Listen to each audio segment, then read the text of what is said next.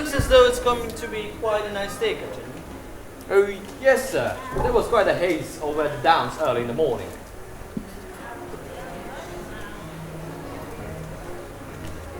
There's no answer, Captain. Very well, sir. Where is everybody?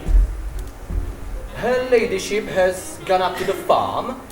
The gentlemen are planning to go shooting, and I believe Miss Harvey and Miss Henrietta are in the garden, sir. Thank you.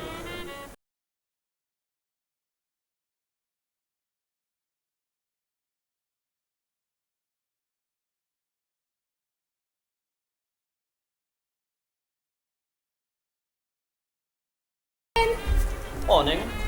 You had it up yet? Oh, no, she had breakfast in bed. She had a terrible headache, so I told her to lie in for once. Oh, I meant to spend the whole morning in bed, but it's so lovely outside, I just couldn't. Do you happen to know where Henrietta is? She was with me just now. She must be in the garden. Oh, thank you.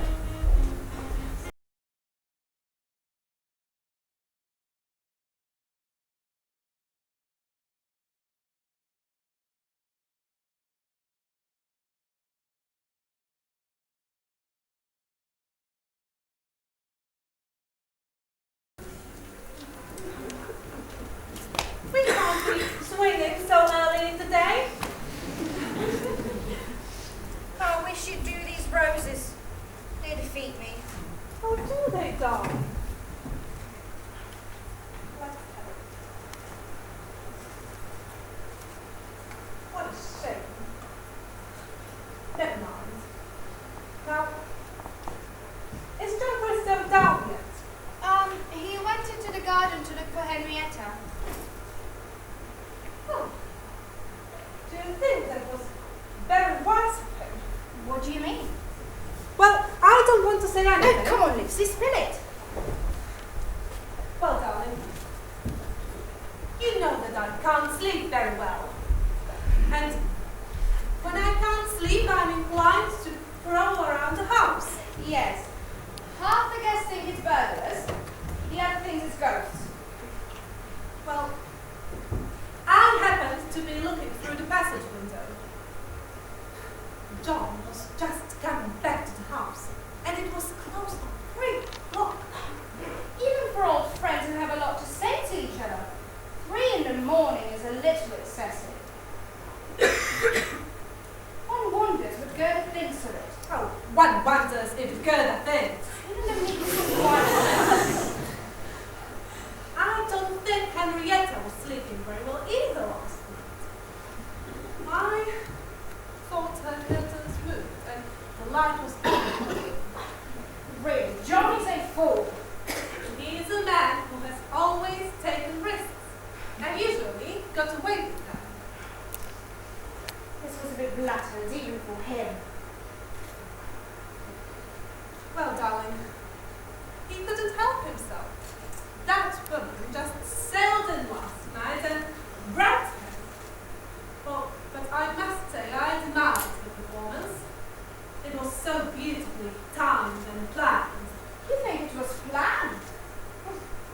Well, darling, come.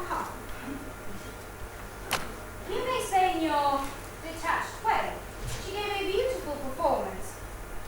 But it remains to be seen whether Gerda and Henrietta agree with you.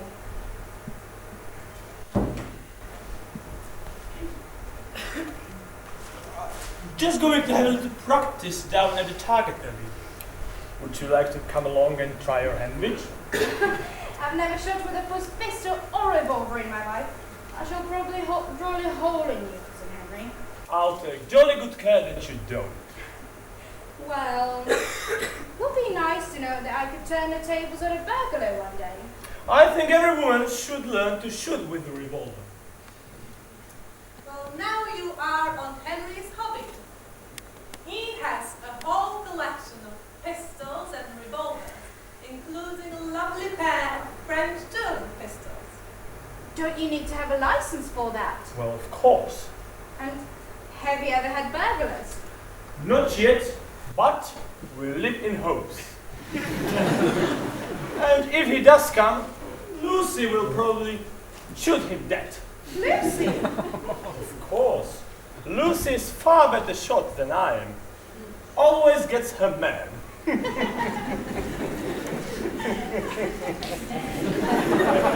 I shall be simply terrified. Shall we? Mm-hmm.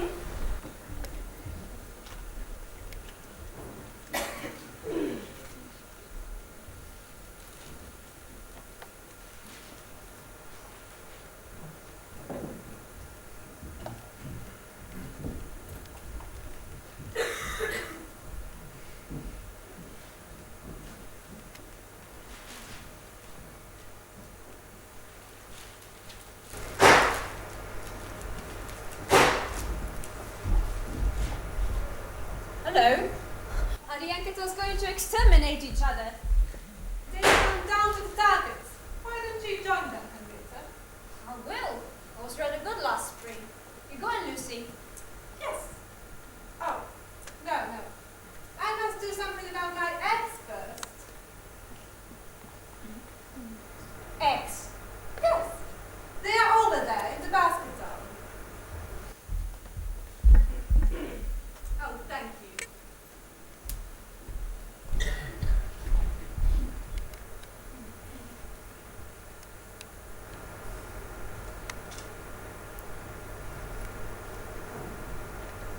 Well, why don't you join them?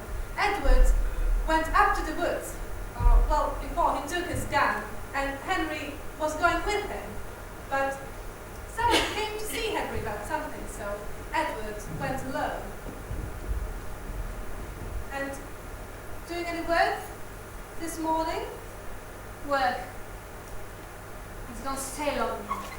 Oh dear. I think it's so clever of you doing all these odd, abstract pieces.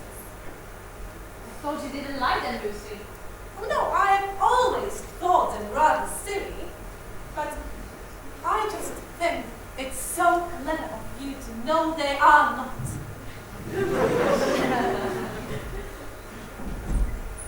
I heard shots quite near the house. Not darling. Henry, target practice. Oh, they got targets in what used to be the bowling alley. Why don't you join us there, Dad? Is it difficult? No, of course not. You just close your eyes and press the trigger, and the bullet goes somewhere.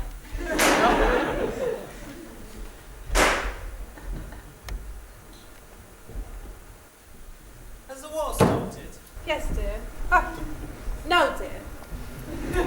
Henry, target practice. Oh, he's very keen, I remember. Why don't you join them?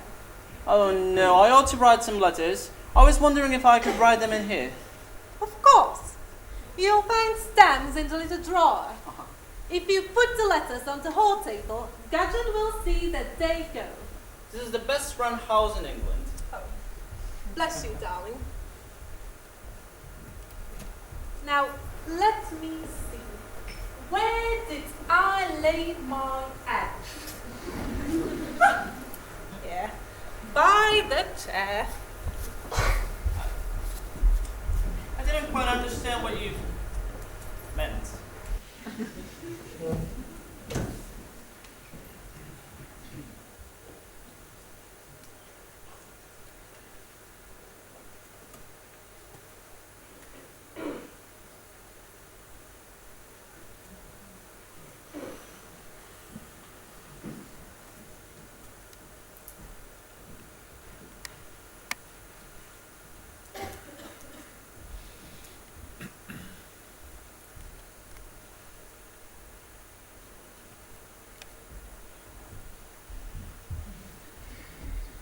John!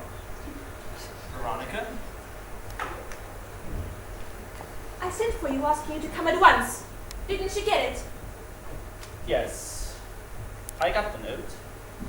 Well, why didn't you come then? I've been waiting. I'm afraid it wasn't rather convenient for me to come over this morning.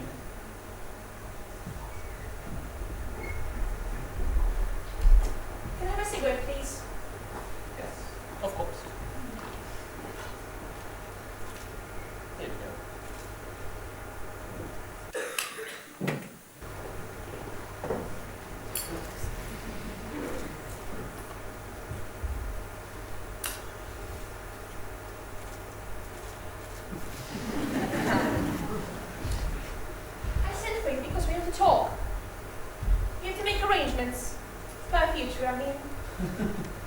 We have a future.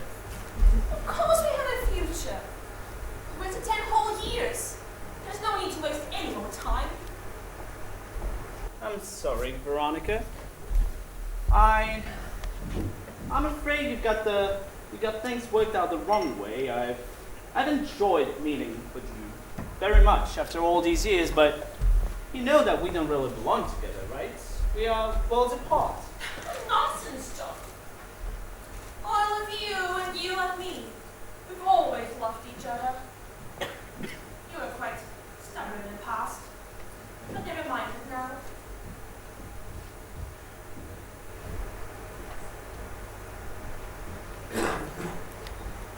Look, our lives need to clash.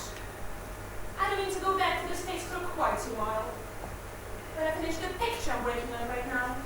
I'm going to play a straight part on London stage. I've got any play. Elton has written it for me.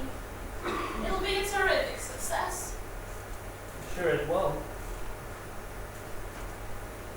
You can go on being a doctor. I won't mind. If I will know, they tell me.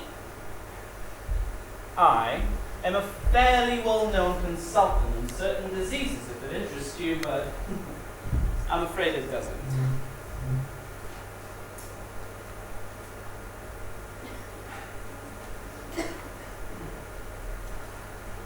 No. I know. I mean, you can go deal with our own jobs. Couldn't have worked on better. You really are the most interesting character. Don't you realize I'm a married man? I have children. Well, I'm very grateful at the moment. But these things can be easily arranged. Big love can fix anything. I always need to know you, darling. I don't know why this terrible passion for you. But it is. I'm sorry, Veronica. It's out of the question. But I'm telling you, good lawyer can easily fix. No good lawyer is going to fix anything. Your life and mine, nothing in common.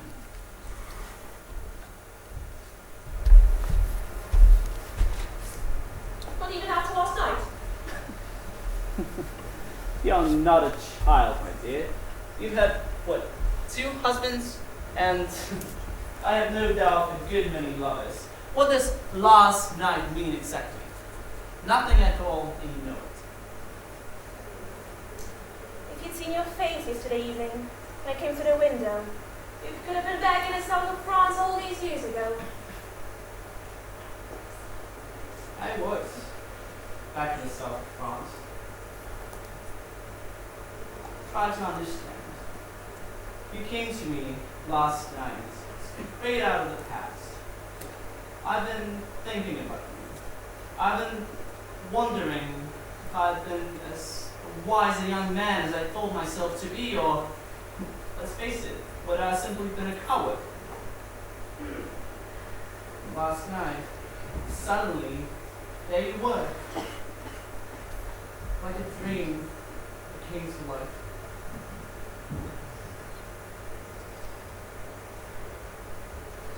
But you were just that. A dream. Today, I'm back in the present. A man 10 years older.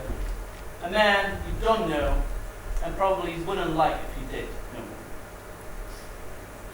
Are you telling me that you prefer your wife to me? Yes. Yes, I am. I've suddenly realized how much more fonder of her I am than I thought. You know, when I came back to this house last night, or rather in the early hours of the morning, I suddenly realized how much I risked losing everything in this world that I care about. Fortunately, Ada was asleep, and she had no idea what time I'd left. She believes I left you quite early. Your wife must be a very credulous woman. She loves me. And she trusts me. She's a fool. And besides, I don't believe a word of what she's saying. You love me. I'm sorry, Veronica. You don't love me? I've been perfectly frank with you. You are a very beautiful and very seductive woman, but I don't love you. You belong to me, John. You always have. Ever since I got back to England, I have been planning on how to best meet you again. I used to get to visit a yachty cottage down here.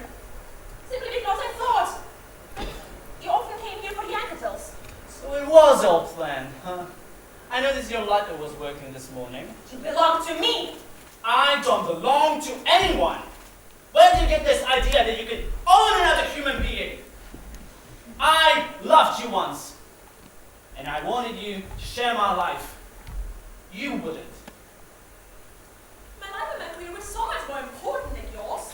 Anybody can be a doctor.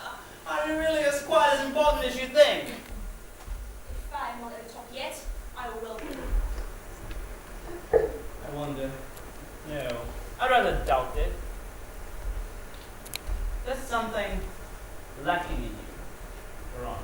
What is it? Warm, generosity. You give nothing. Take, and take all the damn time. You turned me down 10 years ago. You turned me down today. My God, I'll make you suffer for it. Look, I'm really sorry if I've hurt your feelings. I really am. I cared for you once, very much. Can't we live it at that? No! You be careful of yourself, John Christo. I hate you more than I ever thought it possible to hate anyone. Not to think for a second that I believe you're turning me down because of your wife. It's the other woman. What other woman? The one who came to the door yesterday evening and stood looking at you. If I can't have you, nobody else will have you, John Christo.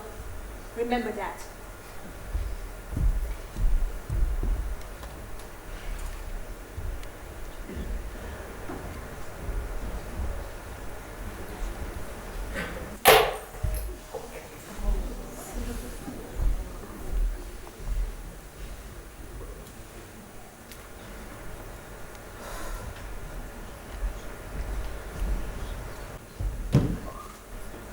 I beg your pardon, sir. Do you know where her ladyship is?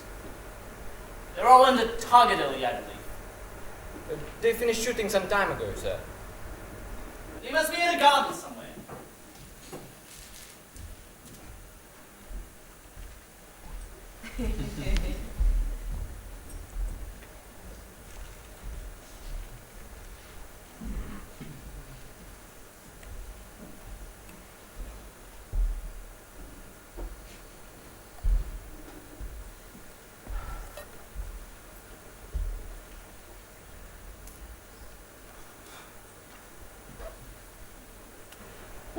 What are you doing? Put it down!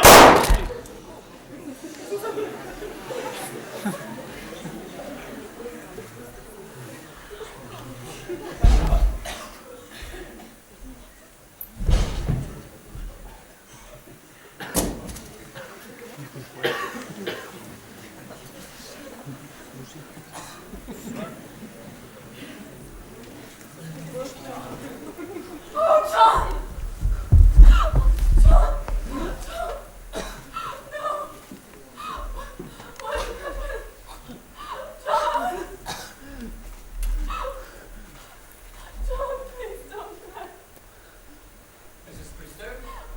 Dr. Christo, sir. What is it? What's happened? Christo! Good God, what's happened? Christo! He's been wounded. What shall I do, sir? Ring for a doctor, Captain.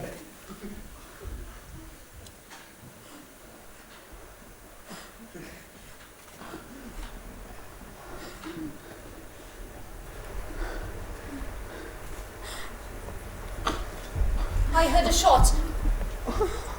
John! John! Oh my God, John! Henrietta. He's dead. He's dead. He's dead. John is dead.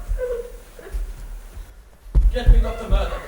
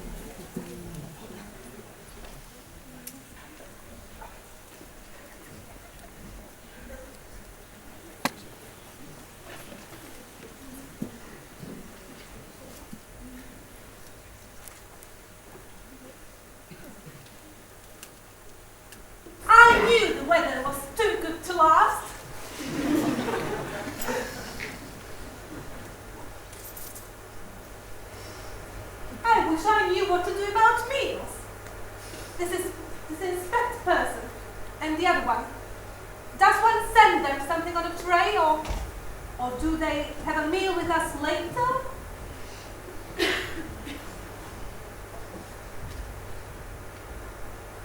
The police aren't at all as they are in books. Well, this Inspector Wilson, for instance, well, he's a gentleman. I know one mustn't say that these days. It annoys people, but, well, he is.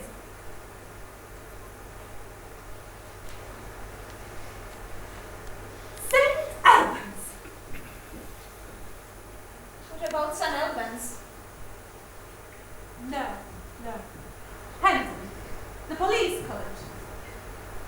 Quite unlike our local Inspector Jackson, who is so very nice, but such a heavy accent and such a heavy moustache. Why did they send somebody down from the Scotland Yard? I always thought the local people dealt with these things. This is the metropolitan area. Oh, I see. I don't think his wife looks after him properly. I imagine she's the kind of woman who's always cleaning the house and doesn't bother to cook. Inspector Cahoon. No, dear. Inspector Jackson. I shouldn't think this new inspector was married. Not yet. Well, he's quite attractive.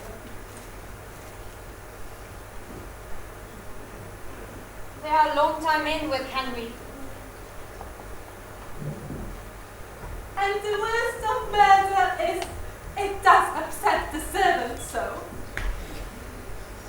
We were to have duck for lunch. Still, cold duck can be quite nice. I suppose one couldn't sit down and have a little bit, could one? No.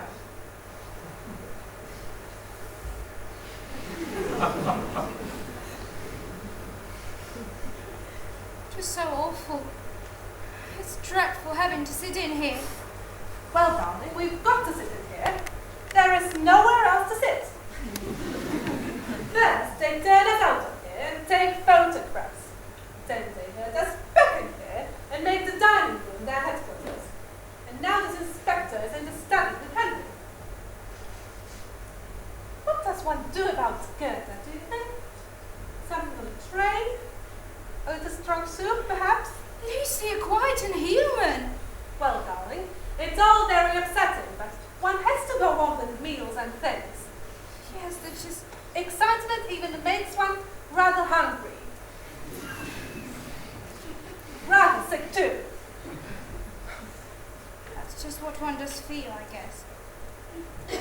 Reading about murders in newspapers gives one no idea how trying that can be. I feel as though I had walked about 15 miles.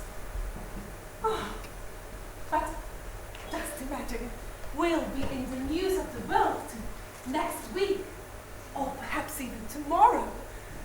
I've never seen the news of the world, Lucy. Oh, don't you? Yes, I always do. We pretend to get it for the servants, but Gadget is very understanding. He never takes it to the servants' hall before the evening. You should read, Edward. You would be amazed at the number of old colonels who make improper advances to nursemaids.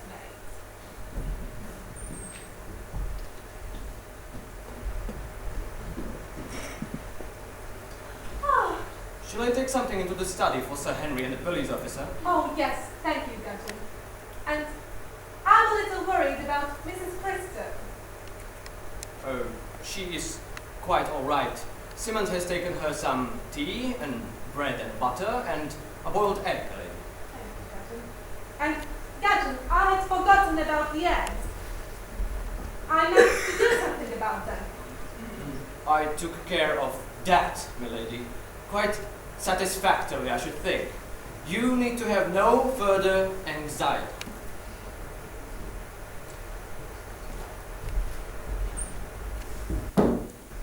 I don't know what I should do without him. These substantial sandwiches are just what sit down meal still. Lucy! Oh, Mitch. Oh, poor dear. It's been too much for Worry. It's all right now. I'm sorry to be such a fool. We understand. Oh, I forgot my handkerchief. Well, here, have mine. Thank you. And you should also get some coffee. No, I don't want anything. Well, you'll have some coffee. It will make you feel better. some coffee, Henrietta? Yes, thank you. Shouldn't one of us go up together? My dear, one doesn't know what to think. One doesn't even know what her reactions are. How would one feel if one had just killed one's husband? One simply doesn't know. Aren't we assuming too readily that Gerda has killed her husband? Well, we saw her standing over the body, and there was a revolver in her hand. I imagine there was no further question about it. We haven't heard what she has to say. It seems self-evident to me. Mind you, she had every provocation. John behaved in a most barefaced manner. After all, there are ways of doing these things. Being unfaithful, I mean.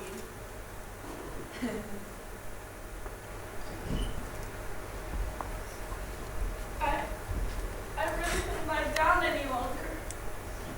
I felt so restless. Oh, no, of course not. Come on, let us sit there. Sit down. Mitch, get a drink, please. We are just having some sandwiches. Would you like one? No, thank you. I'm only just beginning to realize I haven't been able to feel. I still can't feel that John is really dead. That I shall never see him again. Who could possibly have wanted to kill John? My dear, Inspector Cahoon would like to talk to Gerda. Could you take her? Oh, this is Mrs. Crystal, Inspector Calhoun.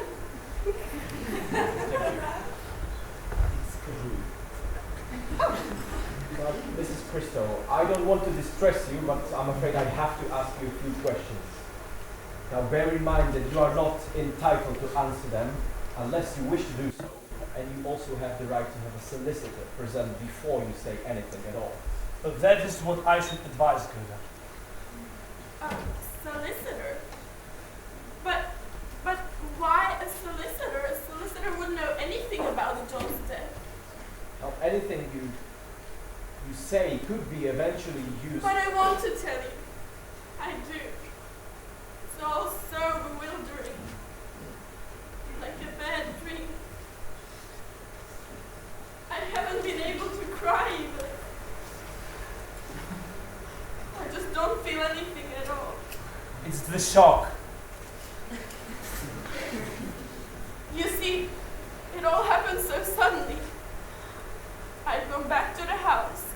I was just coming downstairs to fetch my letterboard bag, and I heard a shot, so I came in here, and there was John lying all twisted up, and there was the blood, and What time was this, Mrs. Crystal? I don't know. It might have been 12 o'clock or past. Where had you been before you came downstairs? In my room. Had you just got up? No, Inspector. I'd been up for about 3/4 of an hour. I'd been outside. Sir Henry was very kindly teaching me how to shoot. But I did so badly, I couldn't hit the target at all. Then I walked around a little for exercise, came back in here, and as I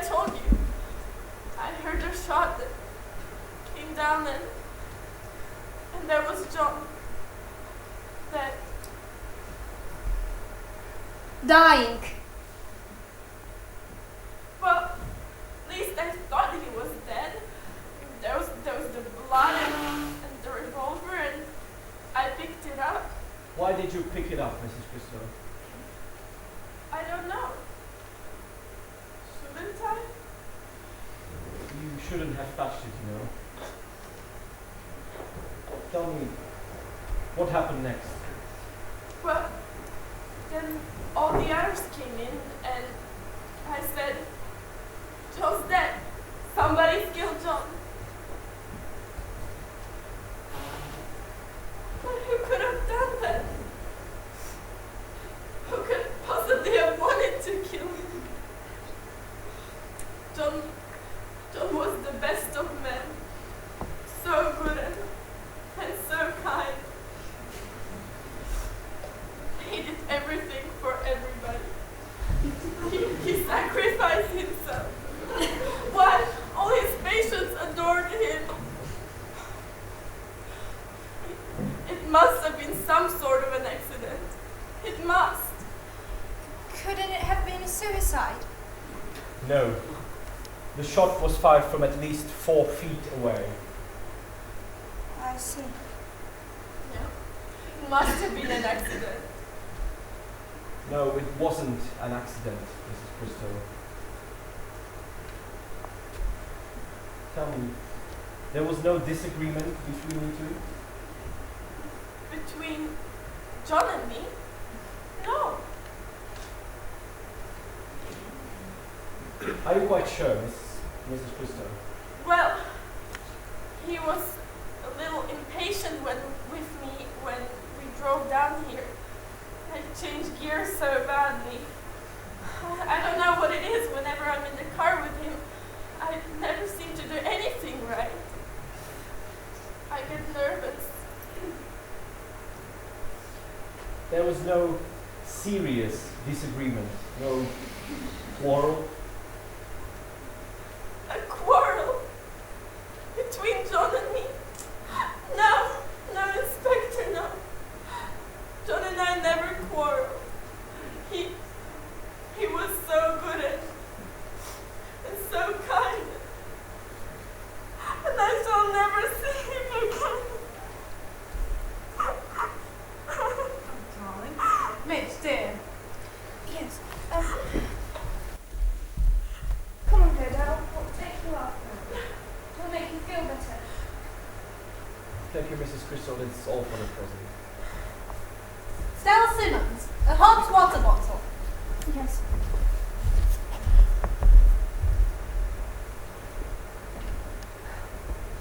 She adored him. Just so. Now, I would like to talk to you all one at a time. Perhaps, Lady Anketel, you wouldn't mind answering a Oh Oh, few- no, of course not, Inspector. I want to do everything I can to help you. I feel that we must all be very, very cooperative. That's certainly what I would like. Actually, this is the first murder. Indeed. Yes. An old story to you, of course. I suppose you are always rushing about here and there, arresting people, sending out flying squads. We are not so dynamic as all that. Inspector, you know, my wife is very fond of going to the pictures. I'm afraid in real life it's much more boring than that. We just go around asking people a lot of rather dull questions. Well, and now you want to ask me questions, and I shall do everything I can to help you. As long as you don't ask me what time anything was, or where I was, or what I was doing. Because that's something I never remember, even when I was quite tiny. Don't discourage the inspector too much, my dear. May I come along too? I should be pleased, sir. No, my wife's remarks are sometimes rather hard to follow. I can act as an interpreter.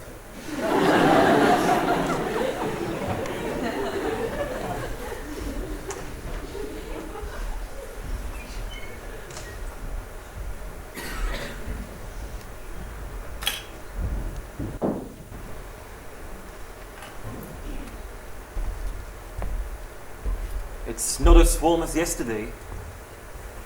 No, it's cold. Autumn chill. Well, you should go inside. You will catch cold. I think I'll go for a walk. I shouldn't. Why? Well, for one thing, it's going to rain, and for the other, the police might think it odd. You think a police would plod after me through the woods? One never knows what they're thinking. This whole thing seems obvious. Gerda, you mean? Who else is there? Who else had a motive to kill John Christo? Yes. Did Gerda have a motive? Well, she found out a few things. And after all, last night. John and Veronica Cray, you mean? Well, yes. He must have been crazy. He was. Unresolved passion, kept in a cold storage and then suddenly released. He was crazy, all right. Well, she is a remarkably good-looking woman, in a rather hard, obvious sort of way. But I can't see anything to lose your head about. I don't suppose John could this morning. It's an unsavory business. It is. I'll go for a walk. I'll go with you. No, I want to be alone. Henriette, I'm coming with you. Don't you understand? I want to be alone! With my dead. Henrietta, look. I didn't say anything. I thought you'd rather I didn't. But you do know how sorry I am. Sorry! That John Christo's dead. Sorry for you. I know it must have been a great shock. Shock! Oh, but I'm tough, Edward. I can stand shocks. Was it a shock to you? I wonder what you felt when you saw him lying there. Glad, I suppose. Were you glad? Of course I wasn't glad. Me and John Christo had nothing in common. You had me in common. You were both fond of me, weren't you? But it didn't make a bond between you, quite the opposite. Henriette, don't speak so bitterly. You do know that I feel sorry for you in your loss, in your grief. Is that grief? So quick. It can happen so quickly. One moment living and breathing. And the next, dead. Gone. Emptiness. Oh, the emptiness. And here we are, drinking coffee, eating sandwiches, calling ourselves alive. And John, who was more alive than any of us, is dead. I said the word, you know, over and over again to myself. Dead, dead, dead, dead. Henriette, stop it, stop!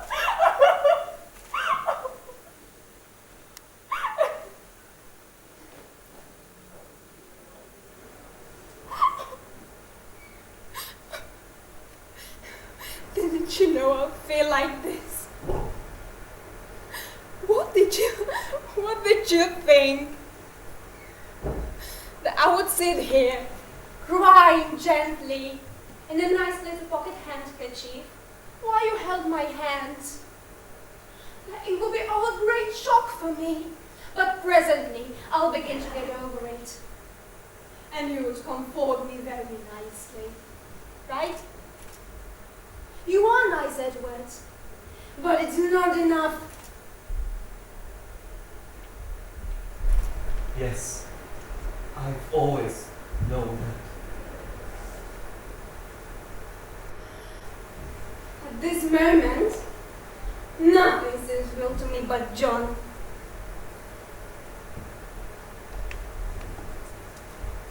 I I'm being a brute to Edward.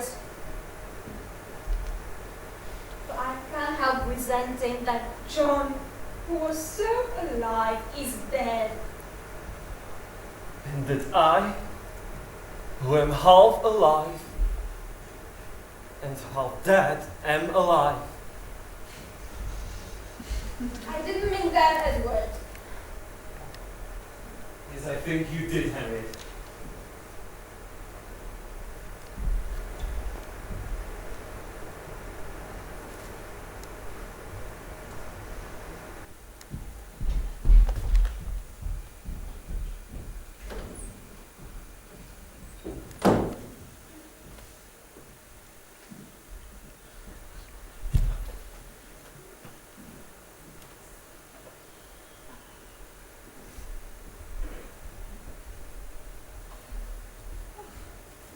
It's cold in here. Where is everybody? I don't know. Edward? You alright? Edward? Oh God, you're icy cold. Let me get you some coffee.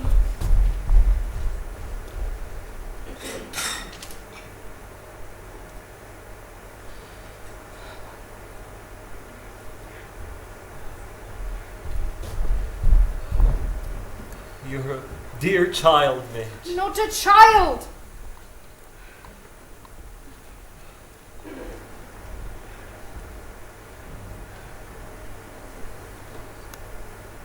Do you still have fair cones at Ainswick? Yes, there is always a basket of them by the fireplace. Oh, Ainswick. One shouldn't have to live there alone. Did Henrietta go out? Yes, What an odd idea, it's raining. she was upset. Did you know that she and John Christo, We're having an affair? Of course. everybody knew, I suppose. Everybody except Gerda.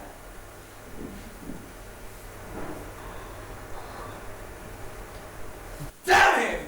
Darling, please. Please don't. Even dead, he's got her. Please don't, please. And she has changed so much since those days at Ainswick. We've all changed. I haven't. I've just stayed still.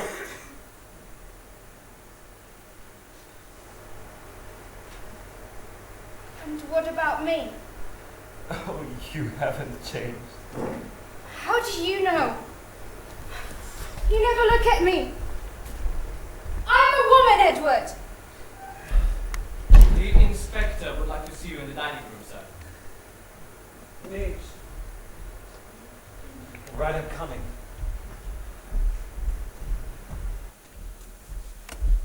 Is Mrs. Christo still resting? As far as I know, miss, yes. Dr. Murdoch has left her some tablets, and Simmons has instructions to administer one every 2 hours. Would you like one of us to go up to her? Oh, I hardly think that necessary, miss. Simmons is quite reliable. I'm sure she is. Thank you, miss. Thank you.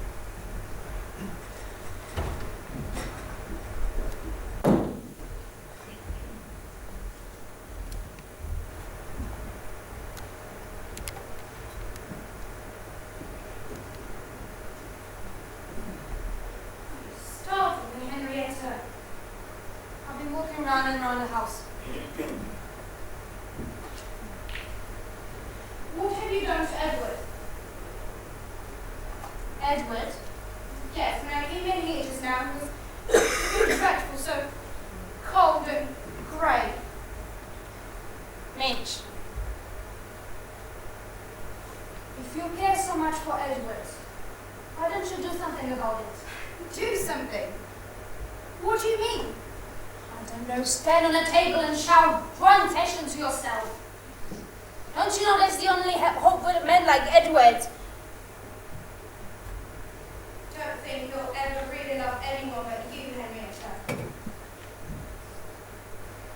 and it is very unintelligent of him. Perhaps, but there it is. He doesn't even know what I'm like. He just goes on caring for idea of how I once was. Today I hate Edward. Hate Edward? You can't hate Edward. Nobody can hate Edward. I can. But why? Because he reminds me of a lot of things I'd like to forget. What things? Ainsworth. Ainswick. Yes, You want to forget Ainswick? I was happy at Ainsworth. And don't you understand that? I come there just to be reminded of a time when I was happy.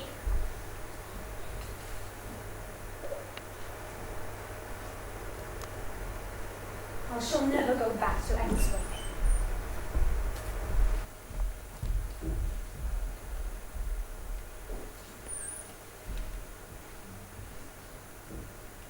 What did she say? She said she'd never go back to Ainswick. Oh, I think she will. You mean she'll marry Edward? Yes, I think so. Now that John Bristow's out of the way. Oh, yes. I think she will marry Edward. Everything's working out quite for the best, isn't it? Perhaps John Christo wouldn't think so?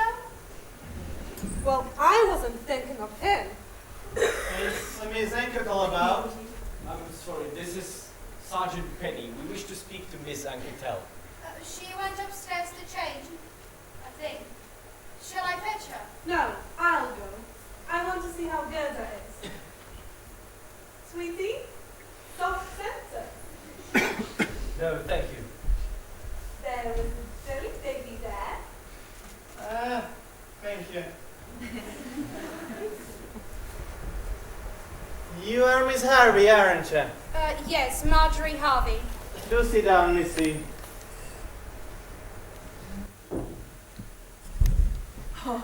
You don't live here, do you? No, I live at 27 Strathmere Mansion, W2. But you are a relation. Yes. My mother was Lady Anketel's first cousin. Well, Missy. Where were you when the shot was fired? In the garden. Huh. You were all rather scattered, weren't you? Lady Anketel has just come from the farm, Mr. Anketel down from the woods, you from the garden, Mrs. Christo from her bedroom, Sir Henry from the target alley, and what about Miss Anketel? She must have been in the garden somewhere. I see. Now, Missy, I would like you to describe what you saw when you came in here, very carefully. Well, John Christo was lying there. And there was a lot of blood, and Mrs. Christo was standing above him with the revolver in her hand. And you thought she had shot him? Frankly, yes, I did. No doubts about it. Not then. But you doubt it now. Why? I must have just jumped into conclusions. Why were you so sure she had shot him? Because she had the revolver in her hand. But you must have any reason for thinking she did shot him. Well, Missy. I don't know of any reason. So you reckon they were very close, eh? Oh yes, they were. I see.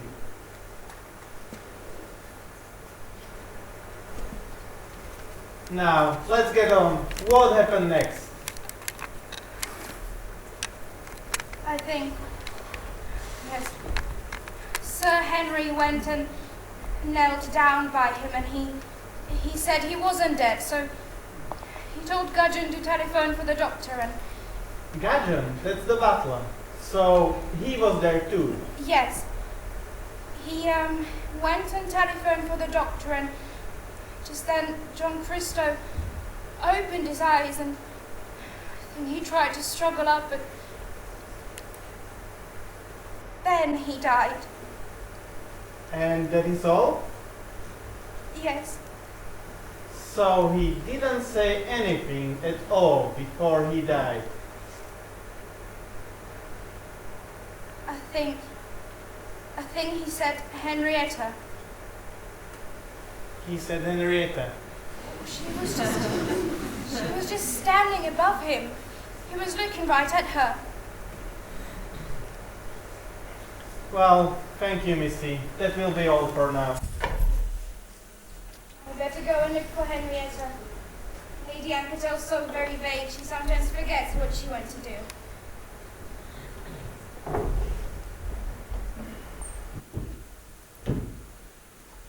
Lady Anketel is so very vague.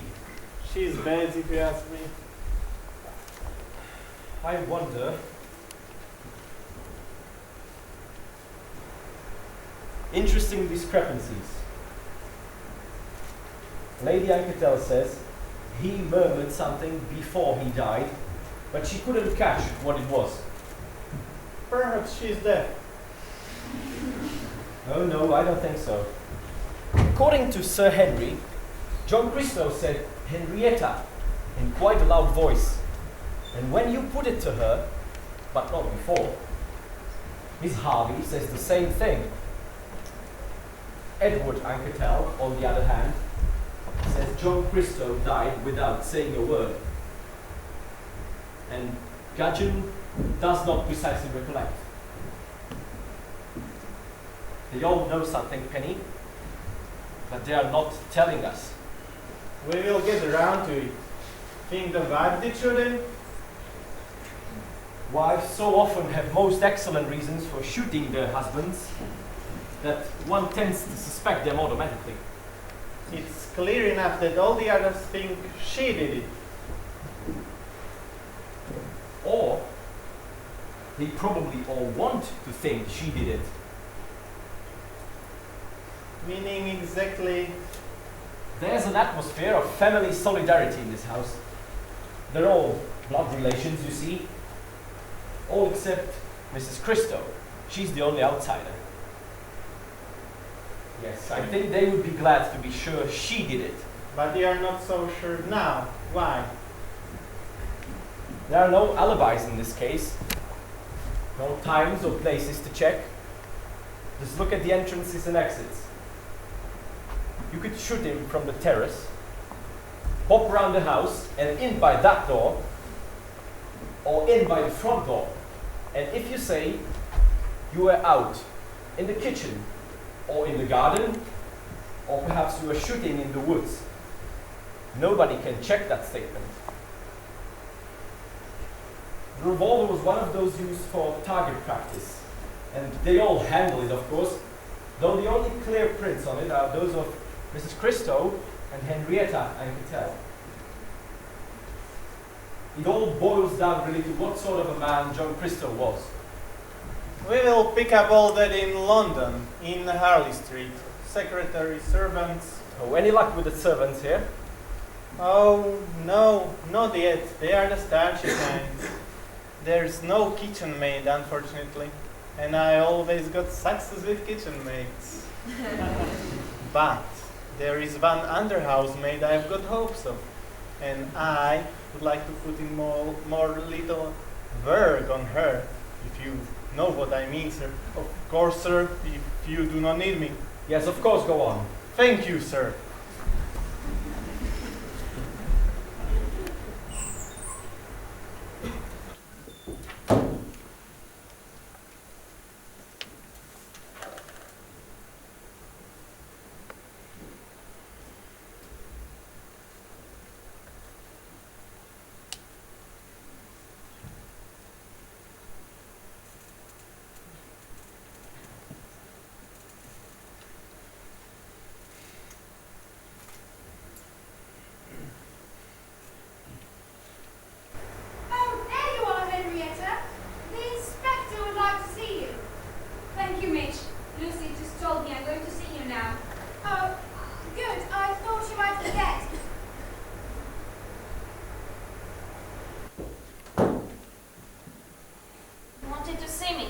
Yes, please do sit down.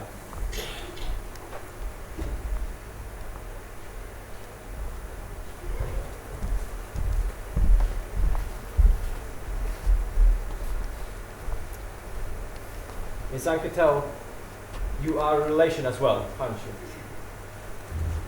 Yes. You're all cousins. But it's rather confusing because Lady Anketel married her second cousin while being actually Anketel herself, so. So just a family party with the exception of Dr. Christo and Mrs. Christo? Yes. Will you give me your account of what happened? Let me see. I was in the flower garden. It's through there. Not very far from the house. I heard a shot and realized it came from the house and not from the target alley down below. I thought that was strange, so I came in. By which door? That one. Will you describe what you saw? Sir Henry and Gudgeon, the butler, were bending over John Christo. There was also Mrs. Christo with a revolver in her hand. And you concluded that she had shot him. Why should I think so? Didn't you in fact think so? No, I didn't. What did you think then? I don't know, I thought at all. It was all rather confusing. Who else was in the room? Everybody, I think. No, Edward came in after I did. Which way? By the terrace. And then?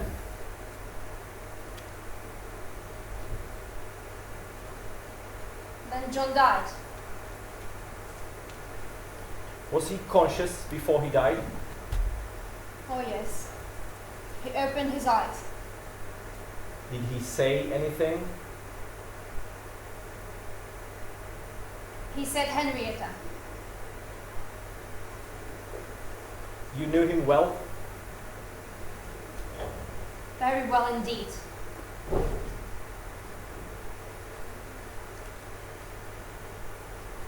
He didn't say anything else. No.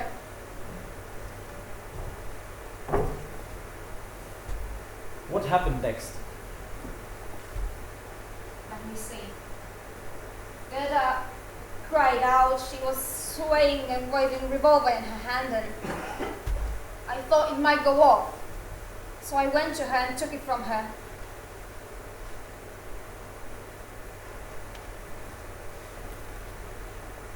Were you particularly a friend of Dr. Christo or Mrs. Christo? That's rather a difficult question to answer. Is it, Ms. Anketel? Well, I'll take a shortcut. I was John Christo's mistress. That's what you wanted to hear, isn't it? Thank you, Ms. Anketel. I'm sorry, I'm afraid we have to know all the facts. Facts, but if this particular fact has no bearing on the case, and I don't see how it can have, is there any necessity to make it public? Not only for my sake, it would cause Mrs. Christo a great deal of unnecessary pain. Mrs. Christo had no idea of the relationship between you and her husband? None. Are you sure? Absolutely. How long had you and Dr. Christo been lovers? I became his mistress 6 months ago. I didn't say we were lovers.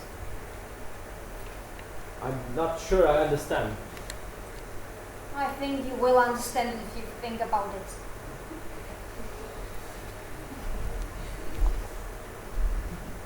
There was no question of a divorce? Certainly not. That's how we've been trying to explain to you. John Christo had had affairs with other women. I was the only one of a procession. I don't think he ever cared for any other woman except his wife. But you know, she wasn't the kind of woman he could talk to about his work. He was doing a research work for an obscure disease. He was a very brilliant man, and his research work was a real passion of his life. He came into the habit of coming into my studio and talking to me about it. Actually, it was a good deal above my head, but I got some books on the subject and I read it all. I could understand better. And my questions, even if they were not very technical, helped him to formulate his own ideas. And then suddenly, I got between John and what he was thinking about, and I began to affect him as a woman.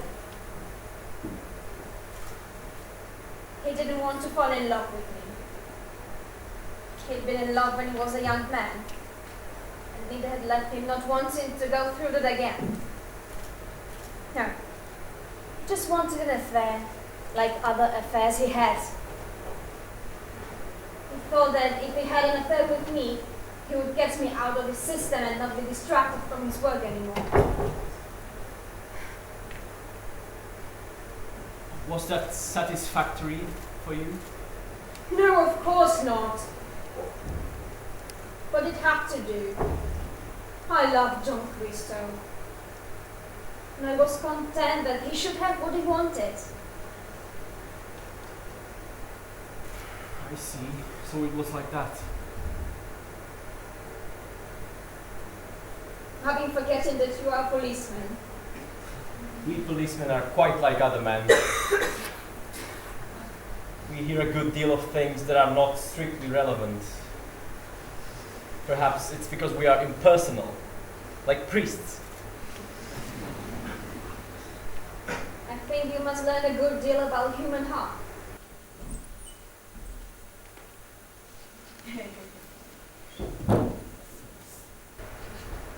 So, now you understand why John said Henrietta to me just before he died. Now, it's a small point, Miss Anketel, but why did you take the revolver away from Mrs. Christo? I told you. I thought it might go off.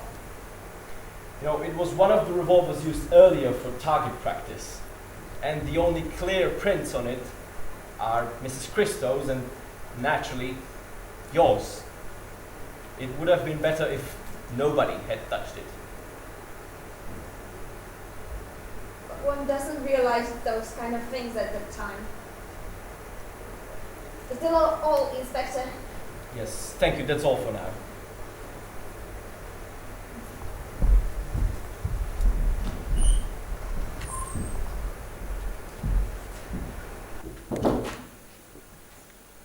Got anything useful out of her? She was John Christo's mistress. She tells me that accounts for his saying Henrietta before he died. Seems fair enough. If it is true. What other reason could he have for saying her name? It could have been an accusation. You mean she might have done him in? It is possible.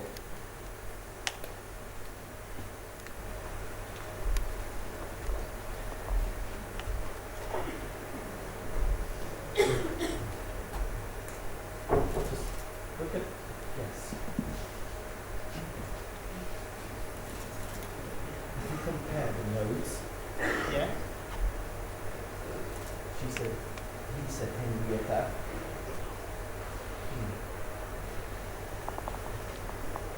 You know, Henrietta Anketel says she didn't know about the relationship between, her and Dr. Christo.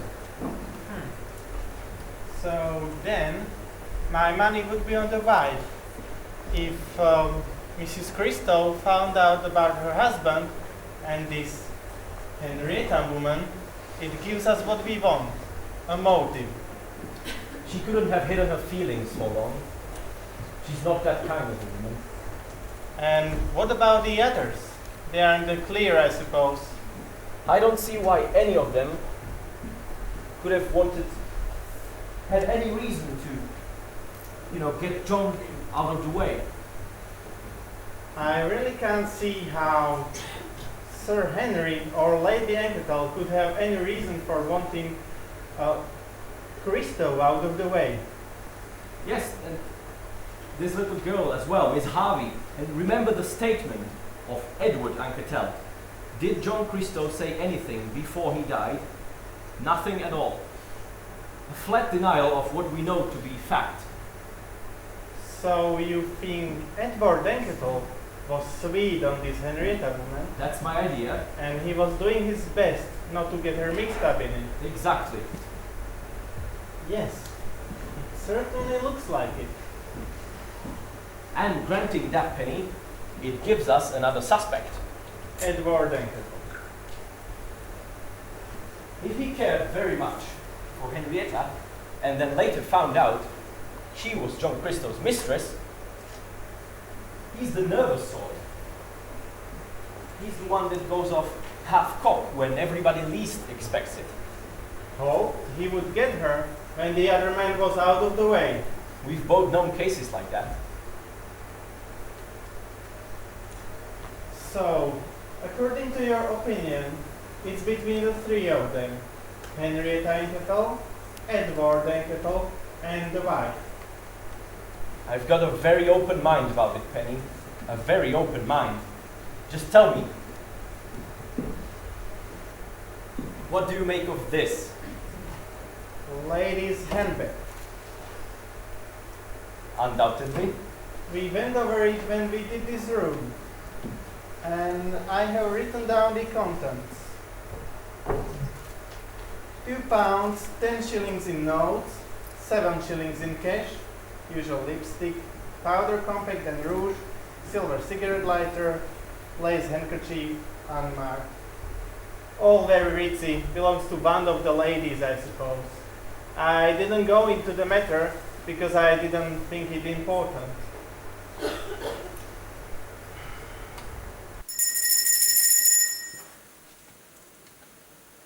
You think it belongs to one of the ladies of this house? I suppose so. Have you any reason for thinking otherwise? Only aesthetic sense.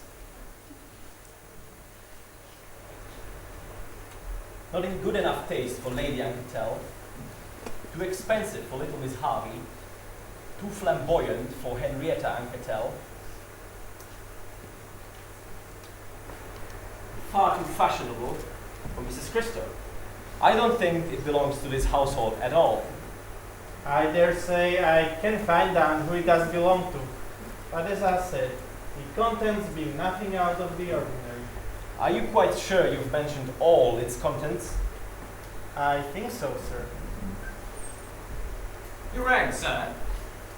Yes, Gudgeon, could you tell me to whom this bag belongs? I'm afraid not, sir. I don't recollect ever having seen it before. But I could ask her ladyship's own maid. She should know better than I would. Thank you. It just occurred to me, sir, if I might make a suggestion. By all means. It might possibly be the property of Miss Veronica Cray. Veronica Cray, the film star.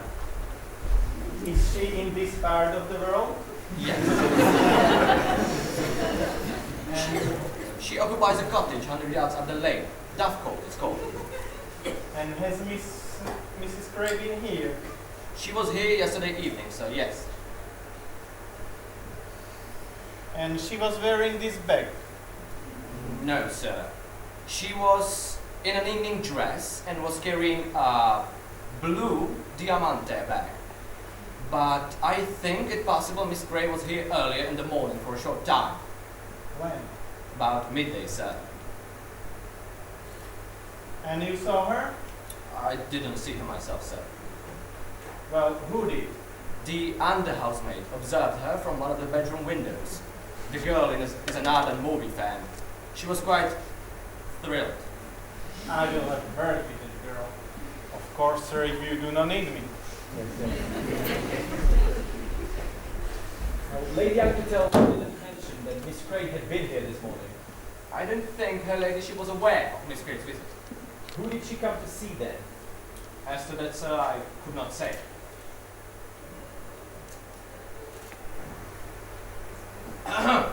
Yes? If I may, sir. A note was brought over from Duffcoats for Dr. Christo early in the morning. He said there was no answer. I see. What happened to that note? I think I could produce it for you, sir. I saw Dr. Christo throw something into the wastepaper basket. Thank you, Gajan. That would be extremely helpful.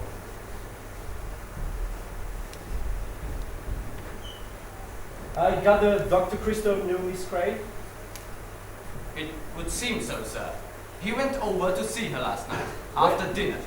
When did he return? As to that, say, I could not say, sir. Acting on Sir Henry's instructions, I left the side door unfastened when I retired to bed at 12:15 a.m. And up to that time, Dr. Christo had not returned.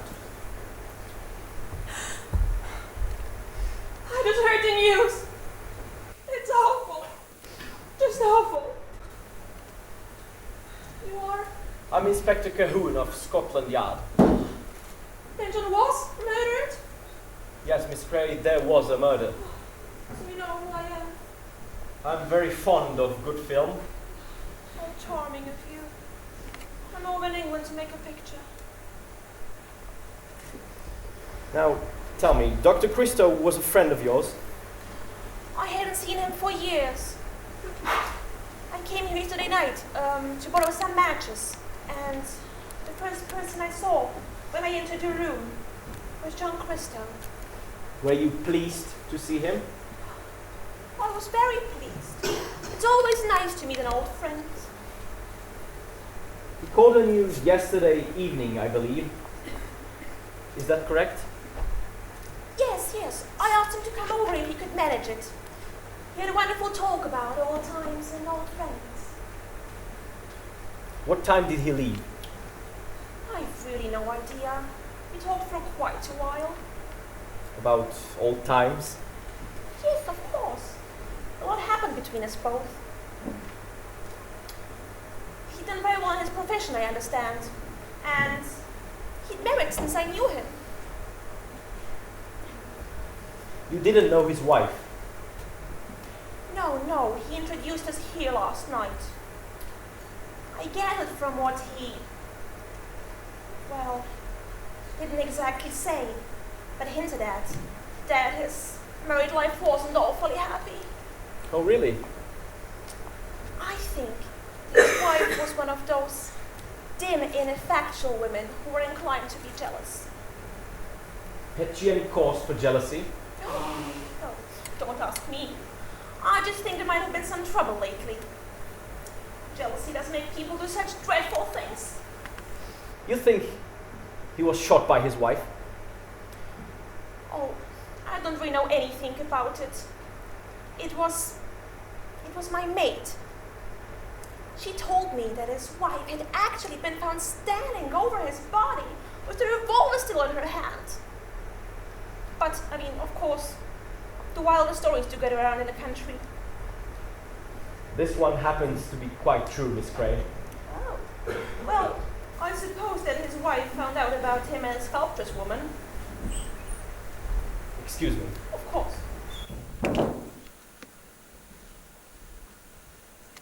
You got back at 3 o'clock. I really just came over to... To get your bag, perhaps? Is this your bag? Oh, yes. Thank you. Just a moment.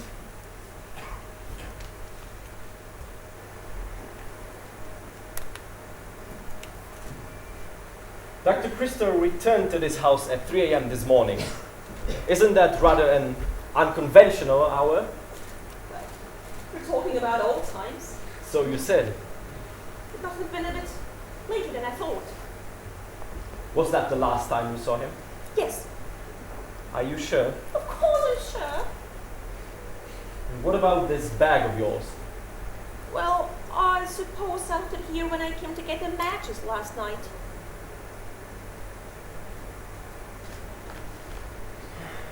Rather large and heavy for an evening bag, don't you think?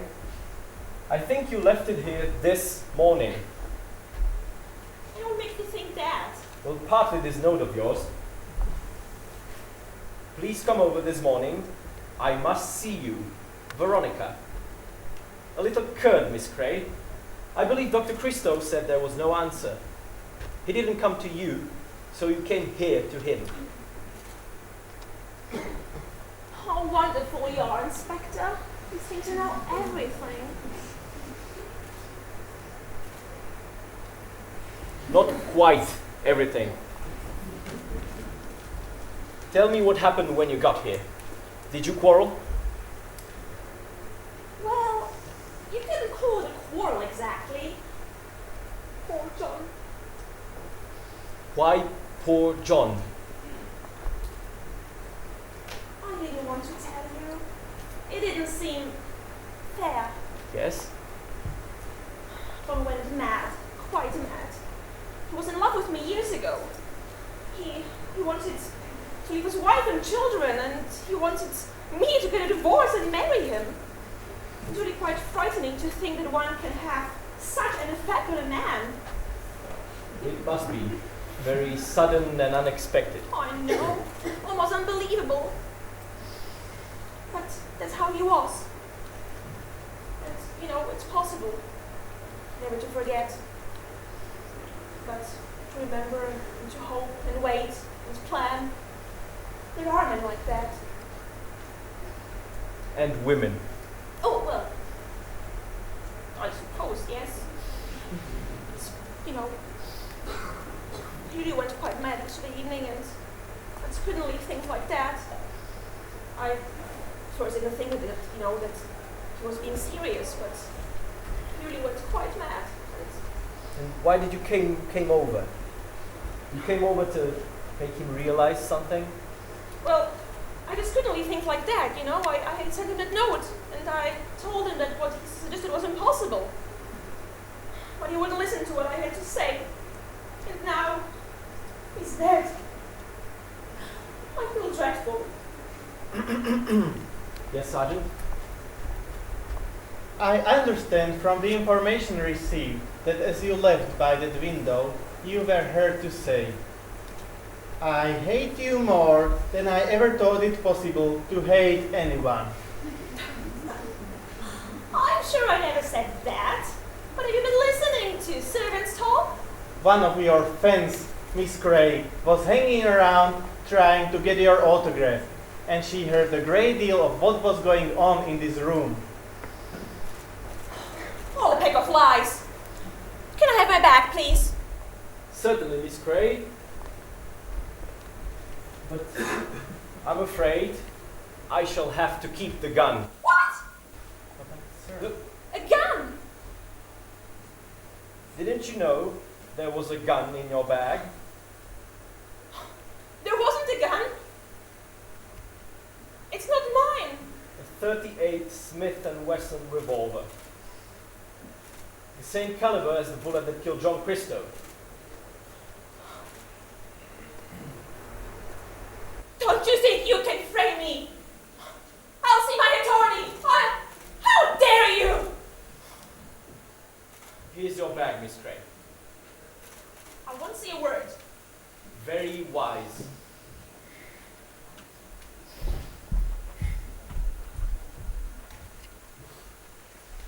But sir, But me no buts, Penny. Things are not what they seem to be, and all the rest of it. Now I wonder